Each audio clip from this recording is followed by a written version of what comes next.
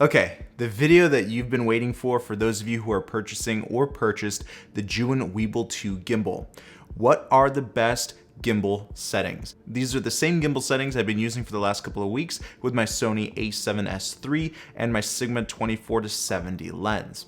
I'm going to be demoing a slightly different camera today, but my settings will remain the same. So hopefully this video will help you out. And for those of you who don't know what these gimbal settings are made for, well, they're made to get the most out of your gimbal, the most stability, the most smoothness, and overall the best experience possible, at least from my point of view.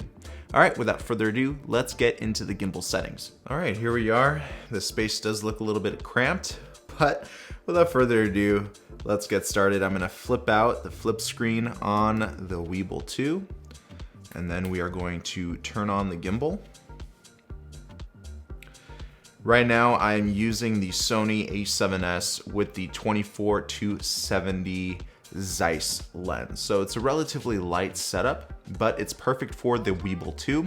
So if you're using a newer generation a7S like the Mark III, or even, I don't know, the A9 or A1 with a larger lens, you probably might even use the same settings as this setup. If not, you can probably increase the numbers just a little bit. So here we are. Okay. Gimbal is on. I do want to encourage you to make sure that your gimbal is properly balanced. If it isn't, don't worry, I'll make a tutorial on how to do so, but you do need to make sure that your gimbal is 100% balanced before you begin adjusting the settings. You can make sure that your gimbal is properly balanced by going to the balance checker right here. And then if you don't have any abnormal movements of the slider, that means all of the motors are properly balanced and you don't have to worry about anything. And if something is improperly balanced, you'll notice the sliders start to have that yellow bar showing up. So that means that your gimbals are under stress and they need to be rebalanced. All right, so we're just gonna swipe over here, and then we are going to go to auto calibration. Auto calibration is a great short way to automatically adjust the motor torque settings for your gimbal. If you don't want to go through the custom settings and you need to quickly just readjust the motor torque depending on the different camera that you're using, use the auto calibration. If you press the start button, you will start to notice the gimbal vibrating and doing a bunch of weird things. This is 100% normal, so it might buzz, it might make some weird noises. Don't worry about that, it's just gonna auto calibrate until it's done.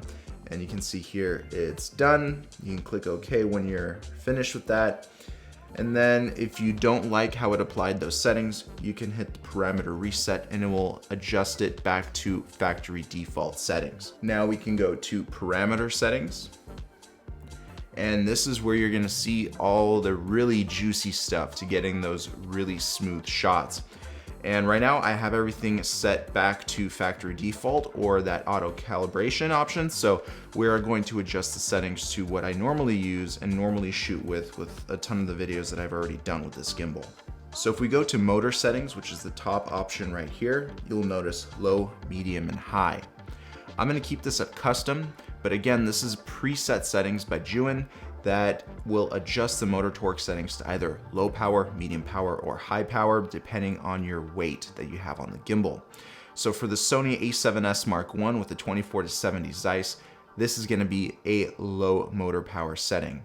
If you're using a 5D Mark II, for example, Mark III, Mark IV, with a medium-sized lens, I would probably go to either medium or high because that's a much beefier and bigger camera in general. So really quick, before we proceed with the rest of the video, I want to cover what the deadband settings are, follow settings, and smooth settings. Follow settings: how fast do you want the gimbal to follow your actual movements of your hands? Deadband settings are to what degree of movement do you want the gimbal to kick in? So for example, with deadband, how many degrees of movement do you want until the gimbal starts kicking in? So if my deadband settings are set to 10 degrees on the pan axis, that means it will take 10 degrees of movement before the gimbal starts following me. That's deadband. So if it was 20 degrees, I would have to pan over 20 degrees for the gimbal to start following my movements. And the smooth settings are really simple to understand. How much dampening do you want the gimbal to have when it comes to a stop? So if I stop turning the gimbal, how do you want it to stop? Do you want it to come to a smooth, slow stop, or do you want it to stop more abruptly? I'm gonna swipe back, I'm gonna go to smoothness. Again, low, medium, and high, these are presets by Zhiyun. We can adjust this manually, but I do like to keep this at the high level when I shoot. And then follow speeds, slow, medium, and fast. Follow speeds I like to keep at medium. We're gonna customize that in just a moment. And joystick responsiveness, I'm gonna keep that at medium. Now let's go back into each individual setting and I'll show you how I customize everything. So right now we're in the motor settings. I like to keep the pan at about 20. You don't need much power when it comes down to pan, especially when you're shooting with a lighter setup. Pan doesn't need much power at all. And when you start to increase the motor power, you might start to hear humming or buzzing, especially if you're using onboard mics. So it's good to decrease that power to limit that amount of buzz or humming. Next, we're gonna go to roll, and I'm actually gonna set that at 25.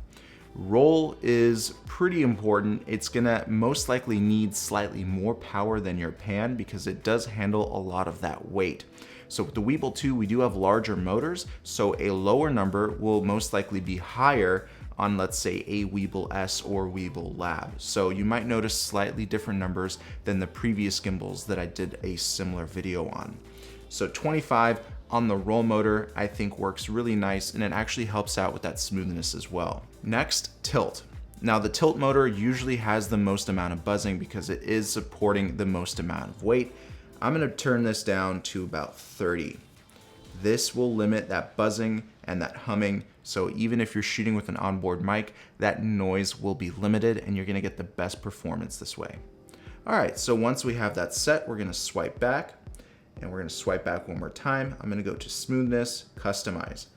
I'm gonna set the smoothness to maximum on all of these motors because smoothness is super important to me.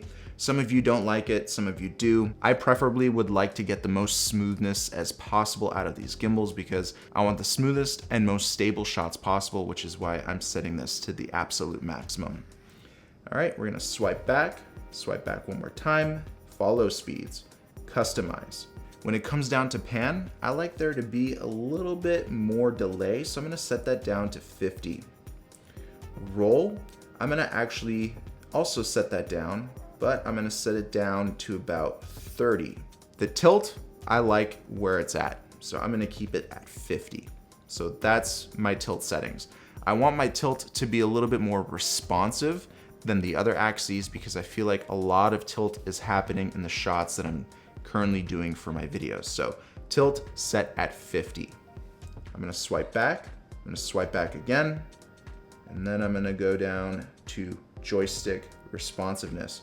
And this is all about the joystick. How fast do you want the joystick to move? I set it to medium, and I was really happy with that. And these are the settings for the medium. I'm not gonna touch that. I'm really happy with the medium settings on the joystick. And now we're gonna go to deadband settings. And deadband's really important because the gimbal has to know at what degrees of movement should the gimbal start to help compensate you. So I'm gonna go to customize, and I'm actually gonna set the pan to 7. 7 is really good. I don't want there to be too much of a pan movement on my hands. I want the pan to actually follow me pretty tightly at some times. So 7 is a good number. Roll, I'm pretty happy with 10 degrees on the roll movement because I like to have those slight delays in my roll action shots that I do whenever I want to do vortex mode or just POV mode. So I'm happy with that at 10, and I'm also happy with the tilt being at 10. I like it. The factory default settings on both of those settings just worked for me. So 10, 10, and the pan will be at 7. So those are the current settings that I'm using on my Weebill 2. Let me know what you guys think, test it out. Again, if you're using a heavier setup than what I'm currently shooting on, and by the way, I use the same exact settings on my A7S Mark III with the 24-70 Zeiss. So yeah, I haven't really changed the numbers at all between those two cameras. This is the A7S Mark I, I'm just using it for demo purposes, but the numbers are still exactly the same. So let me know what you guys think about these on your Weebill 2. Let me know if this video has helped you out by giving it a like, and subscribe to my channel with notifications turned on if you haven't already. And if you're interested in the Weebill 2, check out the links down below. It helps support the channel. and I can't wait to see what you guys create. I'll talk to you soon. Peace.